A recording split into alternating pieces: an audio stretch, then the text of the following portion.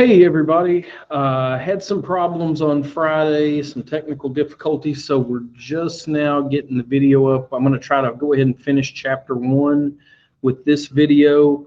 Got quite a bit to cover, and I'm sorry for the noise. If you can hear it on the video, they have begun internal construction and demolition here at the high school. They got air conditioning units put in during the summer, and over the course of the school year this year, they're going to be doing some various construction remodeling projects, doing some stuff with the bathrooms, stairwell, and I think they're going to be putting a new roof on at some point. So this could be something that we deal with for quite some time. But let's go ahead and get started here. Left off the other day talking about B.B. King, finished B.B. King up, and now we are ready to talk about Buddy Guy.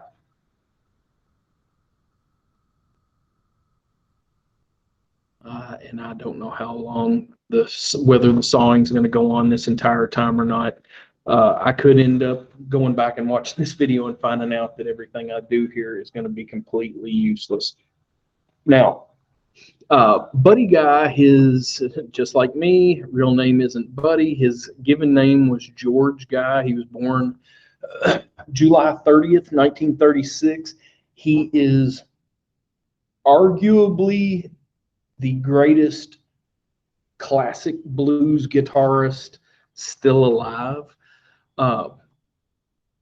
He is still, now he doesn't play, he's getting up there in years, of course, so he doesn't play live that much, but from time to time he does show up and play a couple of songs with various guitarists that really looked up to Buddy Guy earlier in their careers. Eric Clapton and Buddy Guy are supposedly really good friends, but I mean, Eric Clapton's not exactly a spring chicken anymore either. Now, Buddy Guy, he is an individual that definitely paid his dues musically before he really got a break. He left Louisiana in 1957, headed to Chicago, planning to try to make it in music. He really got his break when Otis Rush invited him to come in and sit in, play with his band. Because he impressed so many people that had come here to see Rush perform, that ends up getting him a regular gig, playing a couple of nights a week or at least once a week at the 708 Club, which was a big jazz / blues club in Chicago.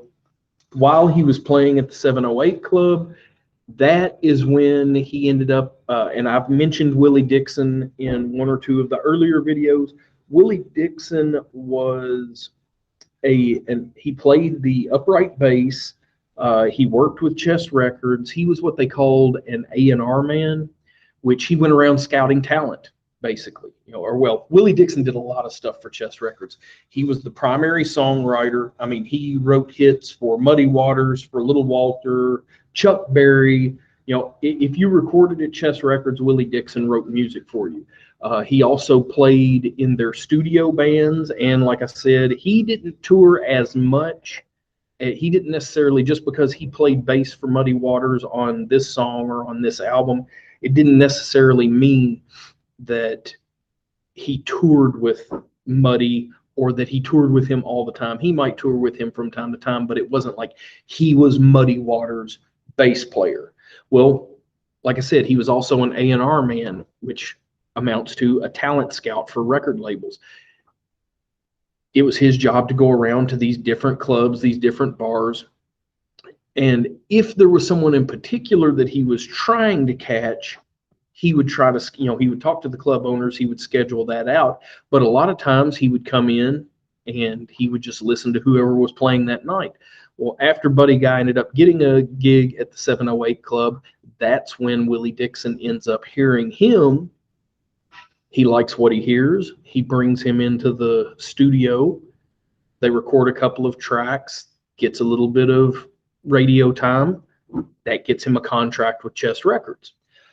Now, just because you're signed to a label doesn't mean that they're going to get you right into the studio at that point. You know, the way that these record labels worked, and I'm assuming that they still work today, is, and I've known one or two individuals that, you know, tried to make a go at music, and apparently the way it works is a record label hears you, they like what they hear, they sign you to a deal, but that doesn't necessarily mean that the next day you're going into a studio and you're going to cut an album.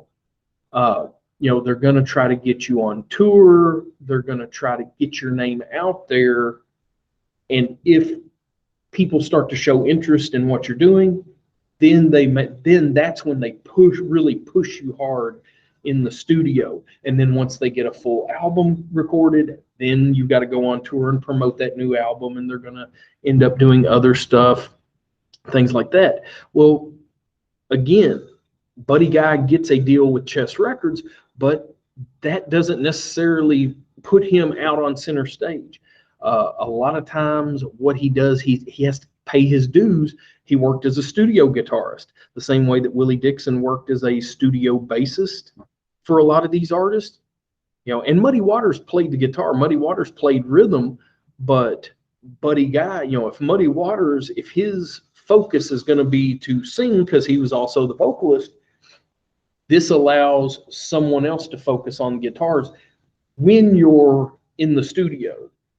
Now, when you go out on stage, you know, Muddy Waters might still play rhythm guitar, but if he's in the studio, that way he can focus on vocals. You bring somebody else in, somebody that's in-house, you know, like this, a studio guitarist, or you hire a session guitarist to come in and play while you're recording. Now, the problem that we run into for Buddy Guy with Chess Records is that after 11 years on contract, I mean, he recorded songs, but because they had, you know, Muddy Waters, you know, 1957, they had, you know, by that point, rock and roll has already taken shape, and they've got Chuck Berry, one of the biggest names in early rock and roll. They're not pushing Buddy Guy because blues wasn't selling as well anymore. So after 11 years with Chess Records and not really getting a huge push from Chess, when it comes time to renew his contract, he wants a better contract, or he wants a guarantee that they're going to get him in the studio and they're going to push, you know, a new album. And Chess isn't willing to do that. So after the contract dispute, he ends up leaving Chess, and he bounces around to a lot of small blues, R&B, jazz labels over the years, but he's going to go wherever, even if it's for less money guaranteed with the contract, he wants to go wherever they're going to let him record. So he can be the focus as opposed to being on contract and playing somebody else's music. Eric Clapton is on the Mount Rushmore of rock and roll guitarists. Eric Clapton says that Buddy Guy is the greatest guitar player alive. Now, that's not saying that he is better than Jimi Hendrix. You know, Jimi Hendrix died in 1970, 1971. He's saying Buddy Guy is the greatest guitar player alive today. And that's saying a lot when it's coming from Eric Clapton. You know, you still have Jeff Beck. You still have, Keith Richards. You still have, I'm drawing a blank, Jimmy Page from Led Zeppelin. You know, there are still a lot of all-time great guitarists that are alive today. But here you have one of the greatest of all time saying, no, this guy's the best ever, or the best still alive today. Buddy Guy ends up getting inducted into the Rock and Roll Hall of Fame in 2005. Over the course of his career, he ended up winning 5 Grammy Awards, which, again, that's saying a lot since he did most of his recording for smaller labels. And for the first 11 years that he was on contract with Chess, they really didn't push him very well. So, you know, it's one of these things where basically he developed a reputation as a great guitarist among other musicians, which, you know, might mean just as much to him as Grammy Awards would in terms of fans liking what he does. John Lee Hooker, I've got to say, some of John Lee Hooker stuff that's on the Chapter One playlist that I made up for YouTube, some of his songs are my favorite songs in this chapter. Boom Boom, Boogie Chillin', One Bourbon, One Scotch, One Beer. I don't know if I put that one on your all's uh, if I put that one on your all's playlist, but that is one of my favorite songs of his. You know, he's not a great singer, he's not a great vocalist, but you'll notice a lot of times with blues musicians, they didn't necessarily, some of the best ones don't have beautiful singing voices. You know, Howlin' Wolf, John Lee Hooker, I mean, even Muddy Waters or BB King don't have great singing voices, but they just have great voices for what they're doing. John Lee Hooker was one of 11 children. Uh, Again, you know, and his birth date is up for, I don't know if I would say up for dispute, but several birth dates have been produced over the years, but the widely accepted one is August 22nd, 1917. So, you know, his parents, I think he was toward the end of the 11 children. So his parents were older. I mean, his parents were potentially slaves, or he was only one generation removed from slavery. You know, his family, they were sharecroppers in the South, which is, you know, a running theme with a lot of the artists that we talk about in this chapter. His first instrument was an inner tube, like a bicycle inner tube that was stretched across a barn door. You know, kind of like if you take a rubber band and stretch it out and just plunk, plunk, plunk, plunk, plunk, plunk, plunk. That's kind of what he did with this inner tube. As time goes on, his mother gets remarried, and his stepfather was, I don't know that his stepfather was necessarily a musician, but his stepfather could play the guitar. I'd say, when I say he wasn't necessarily a musician, he didn't necessarily make his living as a musician, but he ends up teaching John Lee Hooker the basics of playing the guitar. And the thing is with John Lee Hooker and the guitar is that, you know, you listen to his songs, you know, his riffs are, you know, basic. You know, there's nothing extremely flashy, but, you know, it's just a catchy beat. And then, of course, like I said, he doesn't have a great singing voice, but it's just right for what he's doing. Now, 1931, he ends up moving to Memphis. You know, he ends up working on Beale Street, you know, working in the clubs, eventually getting his foot in the door as a musician. But he really doesn't make a go of his music career until the late 30s. I want to say 1937, 1938. He ends up moving to Detroit, you know, in the build-up, maybe even 39 after World War II started in Europe, but before the U.S. got involved. And as we start producing vehicles, planes, things like that for the Lend-Lease program with the British, there was a huge demand for more workers, and he ends up moving to Detroit, getting a job in a factory, and then of course at night he's playing in the juke joints, the bars, the clubs, and that's really where he starts to make a name for himself. As he starts to tour, the interesting thing about John Lee Hooker is that as he tours, and, you know, you have, everything was really regional at this point, especially for blues musicians. You didn't have a lot of nationally renowned blues labels, so everything was regional. You know, you had recording studios, recording labels out of Detroit. You had, you know, a region around Chicago, around St. Louis. You know, Louisville was far enough separated from St. Louis and Chicago that, you know, you could go to Louisville and you could record in small studios in Louisville, and you had a different distribution region than you did if you were in Chicago, St. Louis, Nashville, go over to Memphis. And what John Lee Hooker would do to bypass, you know, he signs a contract with a record label in Detroit and he records a song. He can only record that song, or he can only record that song with that studio if he decides to do a new cut of that song. But then what he would do is when he went on tour and, he went and spent a week, 2 weeks in Chicago and was hitting all the bars and clubs in Chicago, it was far enough disconnected from the Detroit music scene. He could hook up with a record label in Chicago, and what he would do is he would record under a pseudonym, a fake name, and he would record the same songs, so they're getting played on radio stations in the Chicago area when he recorded them under a different name on a different label, and they're getting played on Detroit area radio stations. Then he goes to St. Louis, does the same thing, plays the clubs and bars there. People like him. He gets he cuts some singles with St. Louis studios under a different name, but they're the same songs that he's recording in these other places with other labels. Does the same thing when he goes to Louisville, does the same thing when he goes back to Memphis. So this way, what he's doing is, it's double dipping, except sometimes he was triple, quadruple, quintuple dipping, recording the same songs under different names with different labels, which is very illegal, but he got away with it because those markets were separated enough that you didn't have a lot of overlap. Now, through the 50s, through the 60s, as rock and roll takes off, the British, they loved American music. And what you see in the 50s is American blues really becomes popular in England. It becomes really popular in mainland Europe.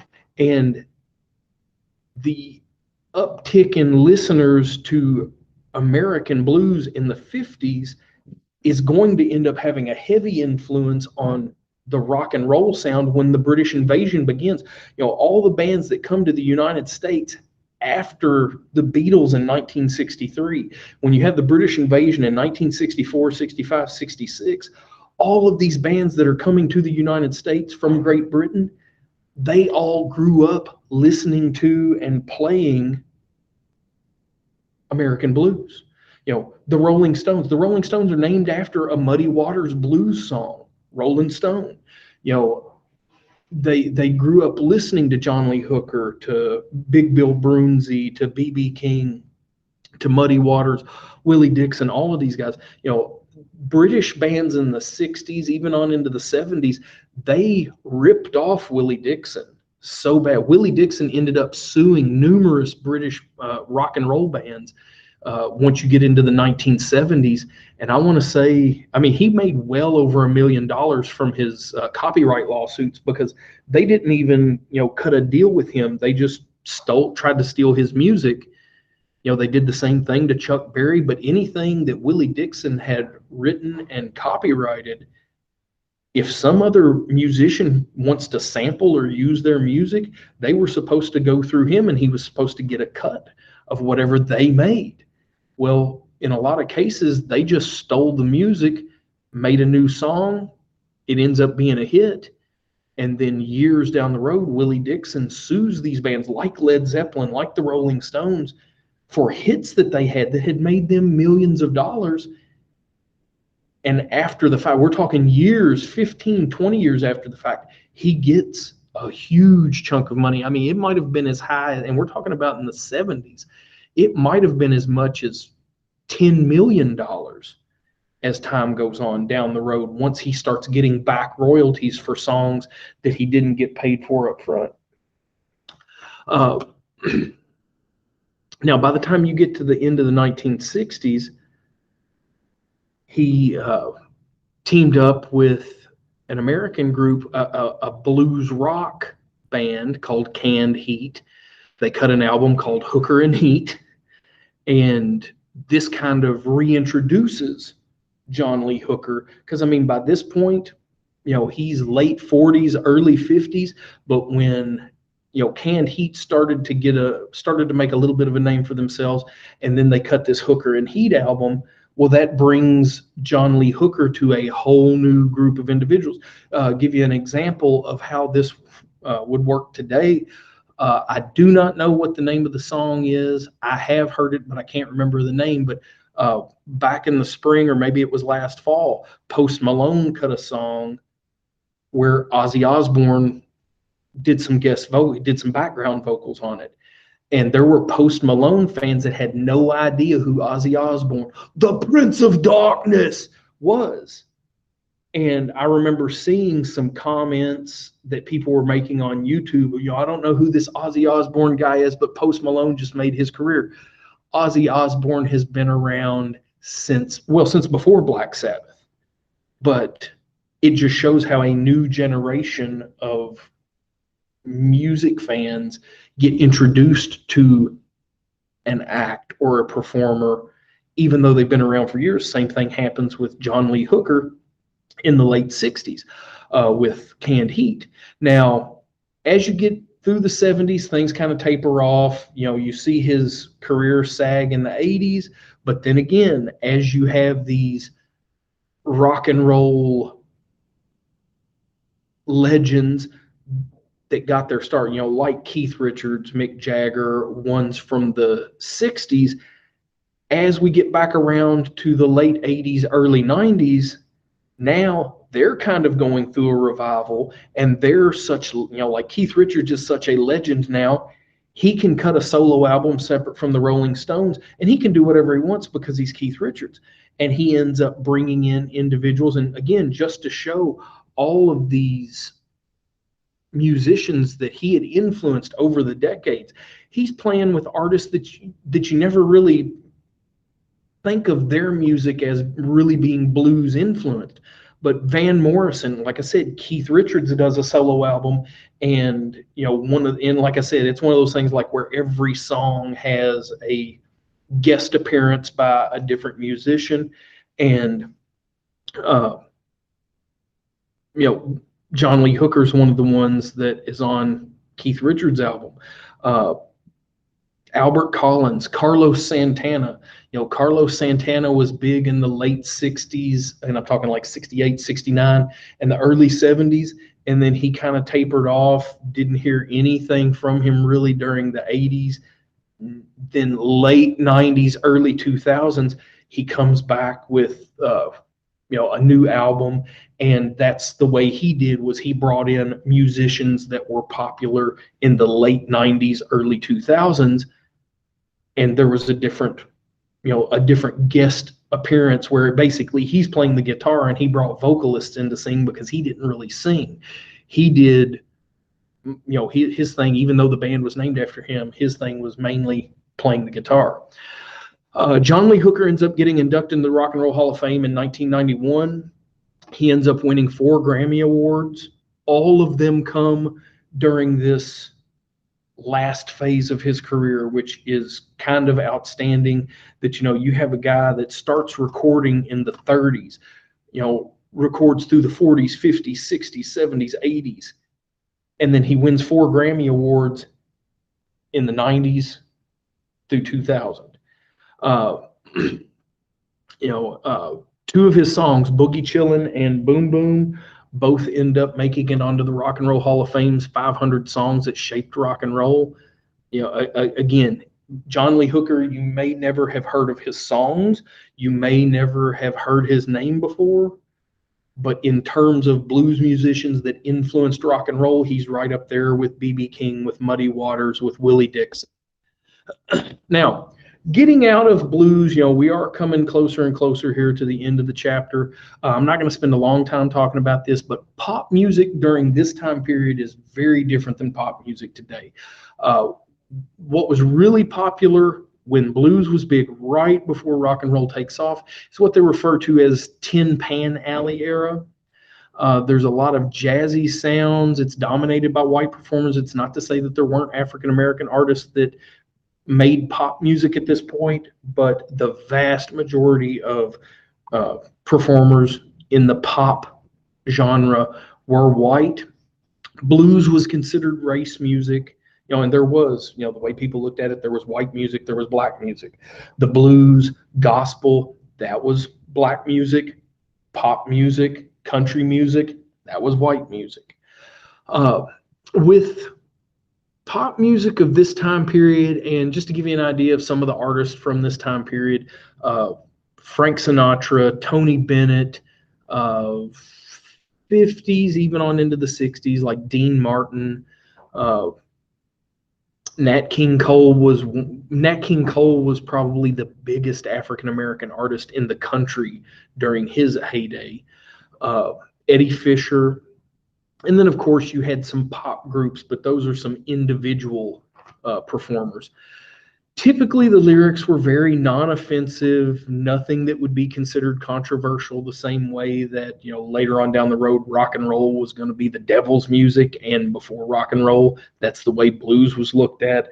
The slang that was used, innuendo, in the, you know, there are a lot of sexual innuendo in the songs. You're not going to hear anything like that in Tin Pan Alley pop music. Often dealt with very innocent, you know, romantic love sort of ballads and things like that. Songs are generally slow, possibly maybe speeded up to a moderate tempo, but nothing really fast paced. Uh, you know, depending on who the artist was and how much money the studio put into the production, you know, they might have just a backup band, you know, might be a small group, might be a larger band. Somebody like Frank Sinatra might have an entire orchestra playing behind him. Just depended. A lot of times you would also have, you know, like where Frank Sinatra or Tony Bennett were crooners, they were singers. They didn't play an instrument themselves. They might have a chorus of men or women singing backup for them. Like I said, Nat King Cole, out of this list, Frank Sinatra, Tony Bennett, Johnny Ray, Eddie Fisher, Nat King Cole. Now, Unforgettable was one of Nat King Cole's big songs. But what you might hear, Bing Crosby is another one on this list. And all of these artists, if nothing else, you've probably heard some of their Christmas songs, because that was something that all pop artists did at that point in history was, you know, if your name's big enough, you cut a Christmas album, and, you know, that's going to pull in money year around. You know, your other albums are going to be making money during most of the year, but then in the holiday season, everybody's going to go out and they're going to get Frank Sinatra, and they might cut multiple Christmas albums. But let's see, I'm trying to think of Nat King Cole's, one of his Christmas songs you've probably heard is, you know, "Oh Christmas Tree." I'll have to see when we get everybody into class, I'll have to see if I can pull some of those up. But like I said, if you haven't heard any of their pop music, you've probably heard some of their Christmas songs during the holiday season. Country music during this time period. Country music during this time period is not what we would consider country music today. First of all, my personal opinion is country music today isn't even country music. Country music today is like Southern pop, Southern rock. To me, real country music died when Nashville started to change in the 80s going into the 90s. But, you know, to me, real country music will be dead when, well, Johnny Cash is already gone, Waylon Jennings is already gone, but when Willie Nelson, even the last real country musician I think of is George Strait. That's not what this country music is. And it went by a lot of different names. I'm just kind of lumping everything in and calling it country music at this point. What people called country music in the 1920s and 1930s would be, if you've ever watched Oh Brother, Where Art Thou, they called it old-timey music. Music from Dixie. It was Southern, most definitely. But what we think of country, not even by the time you get into the 50s with Hank Williams Sr., that was what they called country and Western music. That comes along late 30s on into the 40s. And then Hank Williams was the first country and Western star. But old-timey music, I mean, some people might call it, if music's coming from the Appalachian Mountains, they might call it hillbilly music. A lot of the stuff that you would hear if you watch the movie Oh Brother, Where Art Thou, which, if you haven't ever seen the movie before, I would recommend watching it just because it's interesting to say the least. But, you know, you even hear watching Oh Brother, Where Art Thou, some of the, I do know that they use the term old-timey music in that movie when referencing the music that's being played on the radio. Even though people looked at Southern culture as degenerate, backwards, people from the South being uneducated, and it's not to say that everyone in the South is uneducated, but that was the generalization in the South. And this goes all the way back into the colonial period. The educational systems throughout the South always lagged behind the middle states or the northern states. So people from what would have been the middle colonies or the earliest middle states, or definitely from New England, they looked down on Southerners as being uneducated, as being backward. Because a lot of individuals didn't have, it wasn't uncommon for, people that live, I mean, even in Kentucky, and I'm not talking about in 1650, I'm talking about in the early 1900s, it wasn't uncommon to have people that didn't finish grade school because they were needed to work on the farms or to help. Girls might quit after 7th grade or 8th grade and not even go to high school because they were needed at home to help mom raise the younger children. It depends on what their situation was.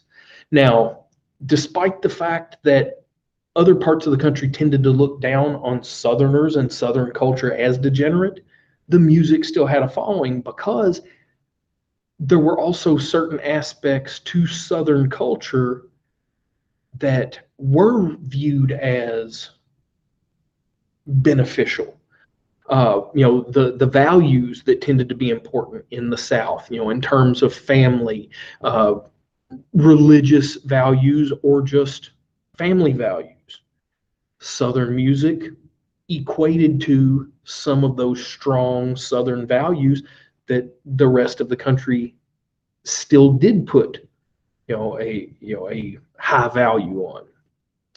One of the biggest early country acts before country music as we know it, and you kind of look like the king of rock and roll that we'll talk about in chapter 2, Elvis Presley. Even though there were some what we would call rock and roll performers before Elvis, we kind of look at it like, well, everything starts with Elvis Presley. Before Elvis Presley, Fats Domino was around, Bill Haley and his Comets, Little Richard, they were all performing before Elvis was, but everybody still kind of looks at it like rock and roll started with Elvis. Well, everybody looks at country music the same way with Hank Williams Sr., and there were still early, there were country performers that predated Hank Williams Sr. The Carter family recorded in different iterations, different versions. It's like a band that has turnover and somebody leaves and they bring somebody else in to replace that person. The Carter family performed in one version or another from 1928 until 1956. It was made up of A.P. Carter, who is the gentleman here in the middle, his wife, Sarah, who I think Sarah is the one to his right, and her sister, Maybelle. Now, in 1939, after 11 years performing as the Carter family, and again, the Carter family, and they were huge. They toured all over the South. They had a syndicated radio show that played every week, and they had a following not just through the South, but as you started to get out of the deep South, they had a following because again, their music, their show, and it wasn't just music. They also did like little comedy skits and things like that. AP and Sarah, again, because their music, their brand, I guess you could say, was in support of those strong Southern values, strong family values, like families don't break up, husbands and wives don't get divorced. AP and Sarah got divorced in 1939. They continued playing and performing as husband and wife for another 2 years. She had already gotten remarried by the time 1941. They had continued to perform as the Carter family, even though they had gotten divorced, and she had actually started dating. And by 1941, Sarah Carter had remarried. Maybelle, when AP and Sarah They stopped performing in 1941. Well, Maybelle here, she continues to tour as the Carter family, even though she wasn't even married. I mean, her last name was not Carter.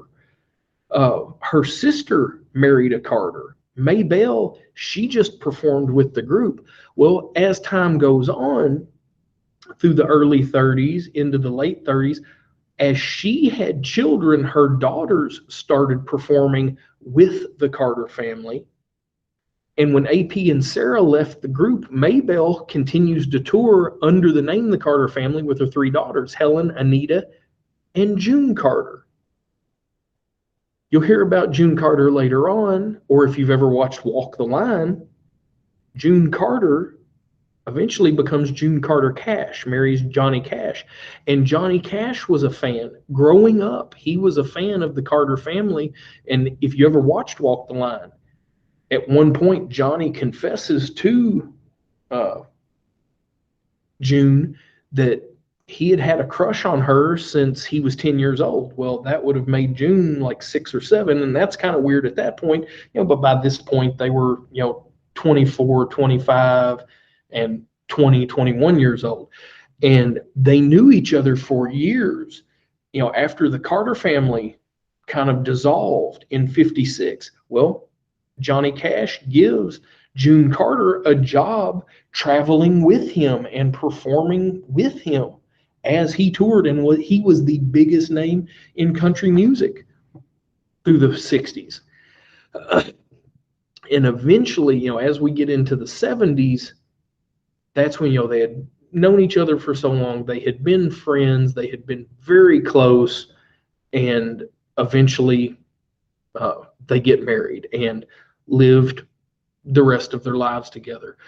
June died, and I want to say within 6-8 months after June died, and Johnny Cash had been in poor health for probably the last 12 years he was alive, honestly.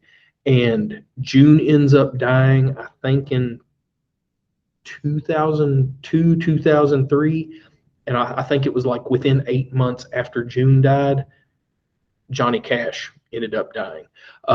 If you go on YouTube and you watch the video for Hurt by Johnny Cash, that video was filmed before June passed away,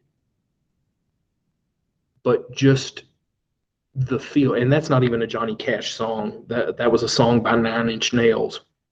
It was just a Johnny Cash cover. But even though June was still alive when they filmed the video, it wasn't released until after she died. And if you watch that, it almost feels like Johnny wrote and sang that song about the loss of his wife, which is crazy considering that it's not even his song and the way that they filmed it, because she appears in the video. But by the time they got done with post-production, by the time it got released on MTV and country music, CMT and stuff like that, June had passed away. Now, the Carters reformed in 1952. They continued recording until 56. Like I said, after they broke up in 56, Johnny Cash's career starts to take off, and he ends up inviting June Carter to travel and perform with him, partially because he had always had a crush on her, but also because she was a talented musician, and he wanted to, she had children of her own. She had a 1 or 2 divorces before she and Johnny got married, and so it was a way for her to support her kids after she got a divorce. Some of their songs of interest: Wabash Cannonball, Will the Circle Be Unbroken, Keep on the Sunny Side. The little group of girls in Oh Brother, Where Art Thou, they actually sing Keep on the Sunny Side, a Carter family song, in a talent show in the movie. Jimmie Rodgers, while everybody knows of Hank Williams Sr. as the first star of country and western music, Jimmie Rodgers predated.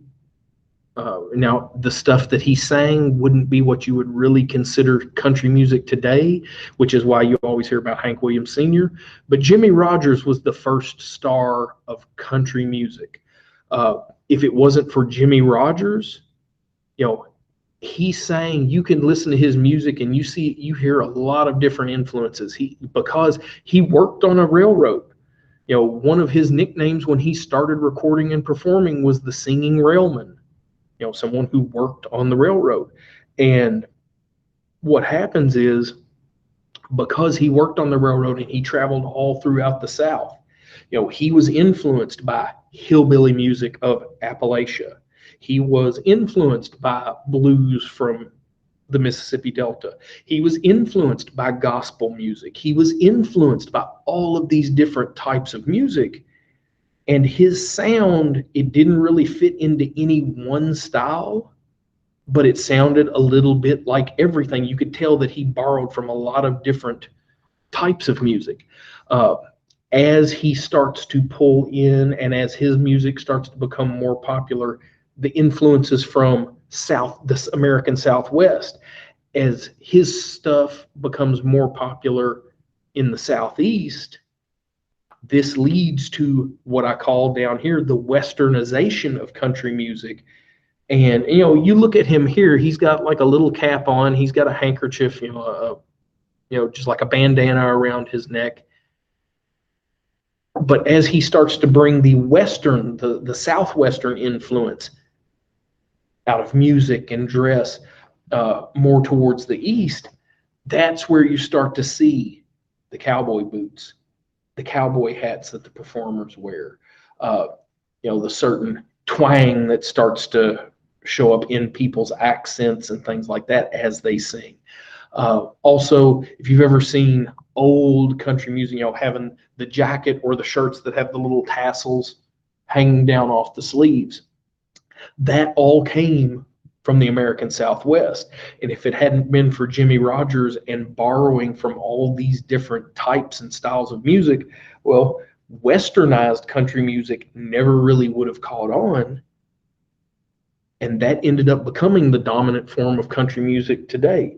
And what I ask over the course of the year, I know that there are some people in here that might say, I hate country music. All I ask is that you be open-minded. When I do play some country music, I don't play a lot, but it's the same thing as when people say, oh, I hate rap, or, all I listen to is rap. I hate pop music. I'll make fun of certain artists over the course of the year. I don't really do it in my videos and stuff, but once we get back in the classroom, I find out the kind of music that you all like, the kind of music that you don't like. I'll talk about the stuff that I really like or don't like. But all I ask is that you're open-minded, and if you've never really listened to something, then just keep an open mind the first few times you listen to it. And I mean, you might listen to something and you'd be like, nope, I don't like it. I never liked dubstep. Never liked screamo. I love rap, but I will be the first to tell you that a lot of stuff that is called rap today, to me, that's not rap. To me, Dr. Dre, Snoop Dogg, Ice Cube, or you go back into the 80s, East Coast rap, Run DMC, LL Cool J, stuff like that. That's rap. But what's his name? Tekashi 6ix9ine, or mumble rap in general, I don't consider that rap, but it's not for me. I mean, you might like it. I'm not a big fan. Jimmy Rogers was in the first class inducted into the Rock and Roll Hall of Fame as an influence on rock and roll. And again, called country music, yet some of his songs were yodeling, which that is an Appalachian sort of thing. In the Jailhouse Now, again, if you've watched Oh Brother, Where Art Thou? In the Jailhouse Now, one of the songs that they end up singing in one of the concerts that the characters are in. Last thing that I want to talk about here is, one of the last things I want to talk about when I get the presentation back up is racism in music, and then we will be done with this video, and we will be done with chapter 1. Time to start getting ready for a test. Now, music and the entertainment industry in general was very segregated in the 1940s and the 1950s. In the 1940s, African Americans had money to spend after moving to the cities, getting good jobs in factories, and They wanted to be entertained, but the problem that you run into is due to segregation, they weren't welcome in white clubs. What you want to talk about a double standard and racism at its finest is African Americans weren't allowed in quote unquote white clubs, but probably 70% of the time, the performers in those clubs, if you went into a white jazz club, 70% chance, I would say at least, the performers, the performer or the band is black. They couldn't have gone into that establishment as a customer, but they were the entertainment. And this goes on. It's not just a thing in the 1940s. You get in the 1950s, 1960s. Ray Charles, who we'll talk about in chapter 5, Ray Charles was one of the as an African American, one of the biggest names in music, regardless of genre. And he would play shows in casinos and hotels in Las Vegas. He couldn't stay in the hotel, yet he was headlining their shows for a week. He would have to play his show at, the Mirage, and then he would have to drive across town to a black hotel, and that's where he would stay. Radio was white oriented in terms of getting blues music or gospel played on the radio. It was going to be a little radio station with a much weaker signal, much weaker antenna, and that's where you were going to get your radio. I mean, it took, like I said, very few, like Nat King Cole. Are you going to have an African American performer's music played on a white radio station? In a lot of cases, it didn't matter how popular the song was. They just flat out weren't going to play it because the performer was African American. Blues, jazz, even pop by black performers wouldn't even be sold in the same record stores as white performers. And even if it was going to be in its own section, often a corner of the record store. But in most cases, if you wanted a blues album or a new jazz album, something by Dizzy Gillespie or John Coltrane, you would have to go to a record store that focused on selling black music. That's just the way segregation was. Whites generally didn't listen to black music. African Americans, they weren't given a choice. There might be one radio station in your area, and depending on how remote an area you lived in, you might not be able to pick up a radio station that played black music. But guaranteed the radio stations you could pick up, they were going to be white pop or country stations. Like I said, didn't matter how popular their songs were, how well things were selling. In the 30s and 40s, there wasn't any crossover. Black performers would not appear on pop charts. White performers weren't going to show up on the R&B charts. They created separate sales charts because music was segregated. R&B is where you were going to see black artists. The pop charts, popular music, is where you were going to end up seeing white artists. Since music didn't cross over, if there was a popular R&B song, what record labels would do is they would bring in, if it was a smaller black oriented label like Chess, then you might have RCA cut a deal with Chess Records to get the rights to a popular song, and they would get a white pop artist to cover that song and release it on their label. And that version of the song, if somebody called in and wanted to hear Tutti Frutti by Little Richard in 1952, they're not going to get Little Richard's version. They're going to get Pat Boone's version. Same thing with hits by Fats Domino, same general time, early 1950s. Didn't matter how popular Blueberry Hill by Fats Domino was, because music was segregated, they would play the version by the white artist. Didn't matter how many times people called in and requested Fats Domino's version or Little Richard's version. They weren't going to hear it. It's not going to be until Elvis Presley, a white guy, starts performing what was viewed as black music that you start to see the crossover. Because Elvis Presley, a lot of his early hits, they were either flat out country or they were just blues songs. Hound Dog was just a blues cover by a woman named Big Mama Thornton. Elvis just did a cover. And it takes off. And as that style of music starts to gain more traction, because you have, a young, good-looking white guy performing what was considered race music up until that point, that's when you start to see the walls start to come down and Chuck Berry starts to get played on pop radio stations. Little Richard, Fats Domino ends up getting played on white radio, so to speak. Same thing with Jerry Lee Lewis. Came out of the South, was heavily influenced by country, by blues, by gospel, and the music he played initially would have been considered black music, even though he was a white performer, just because that's the way people looked at it back then. Honestly, you can look within the last 20 years. I was actually listening to some stuff on YouTube recently that, the debate was, is Eminem the greatest rapper of all time?